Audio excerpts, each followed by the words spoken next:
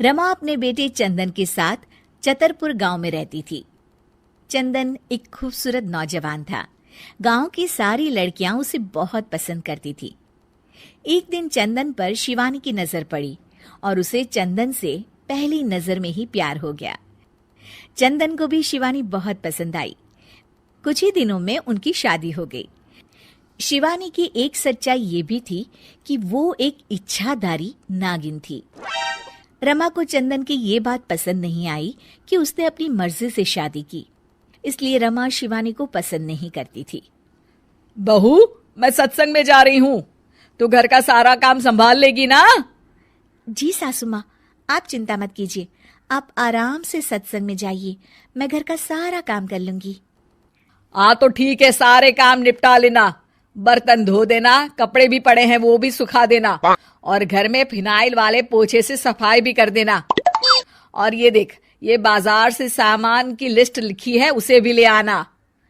हाय, शिवानी मन ही मन बोलती है, इतना सारा काम, बाप रे, बहुओं को क्या ये सारे काम करने पड़ते हैं।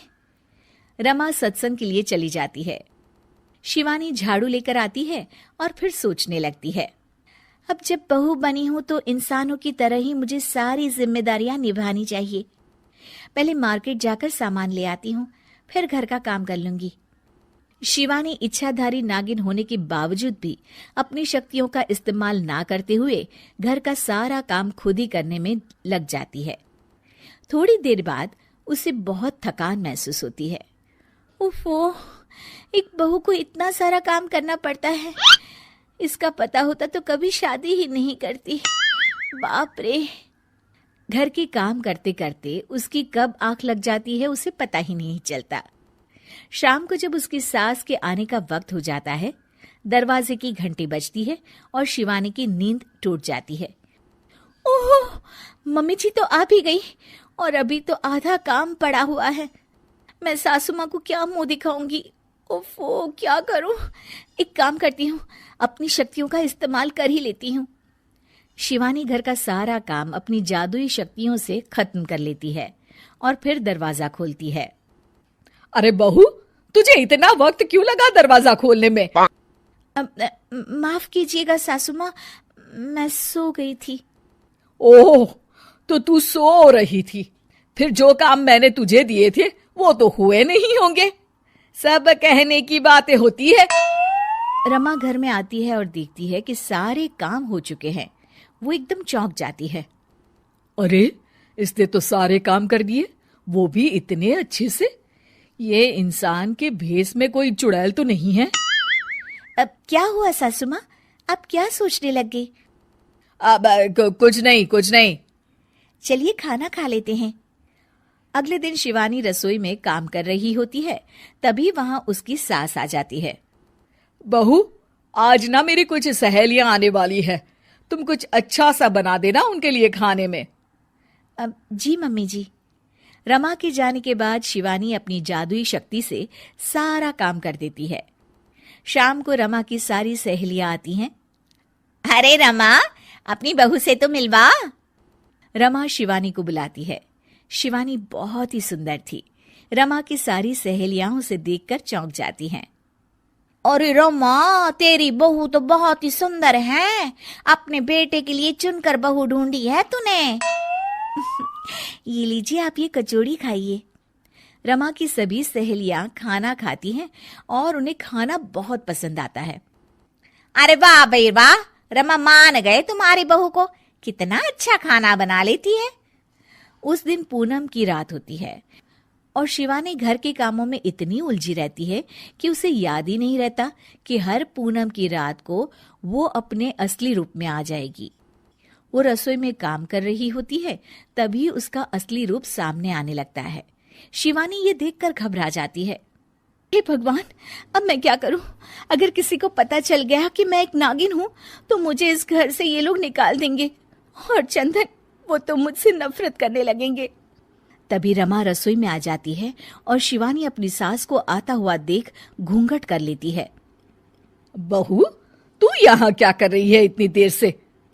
तभी रमा देखती है कि शिवानी ने घूंघट किया होता है। अरे बहू, ये तूने अचानक से घूंघट क्यों कर लिया? कुछ नहीं सासू माँ, वो मेरी ना सहेली का फोन आया था अभी। हाँ तो उसने कहा कि आज पूनम की रात है और आज की रात बड़ी ही खास है, तो अगर आप कोई मन्नत मांगो तो पूरी हो जाती है, लेकिन इस मन्नत को मांगने के बाद आपको अपना चेहरा किसी को नहीं दिखाना होता, इसलिए मैंने ये घूंघट किया है। अरे पर तूने तो मुझे इस बारे में कुछ नहीं बताया। हाँ मम्मी जी, मुझे माफ कर दीजिए, वो घर में सब मेहमान आने वाले थे तो मेरे दिमाग से ही ये बात निकल गई। शिवानी ऐसा कहकर अपने काम में लग जाती है।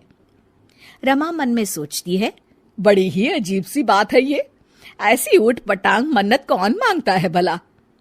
और शिवानी मन में सोचती है, बस कैसे भी करके 12 बजे तक मुझे अपने असली रूप को छुपाना है। अच्छा चलो फिर ऐसे ही चलो, मेरी सहेलियां जा रही हैं, उनसे विदा ले लो। ठीक है मम्मी जी, पर ये घूंघट। हाँ हाँ, मैं समझा दूंगी उन्हें कि तुम्हारी ये कुछ अनोखी सी मन्नत है। शिवानी अपनी सास के पीछे चल रही होती है, पर उसका निचला शरीर अब नागिन का रूप ले लेता है। वो मन में सोचती है, हे भगवान, अब मैं क्या करूं?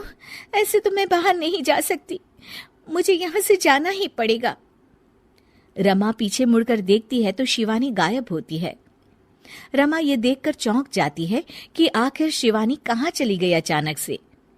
बहू, बहू, कहाँ चली गई ये अचानक से? मेरे पीछे ही तो आ रही थी।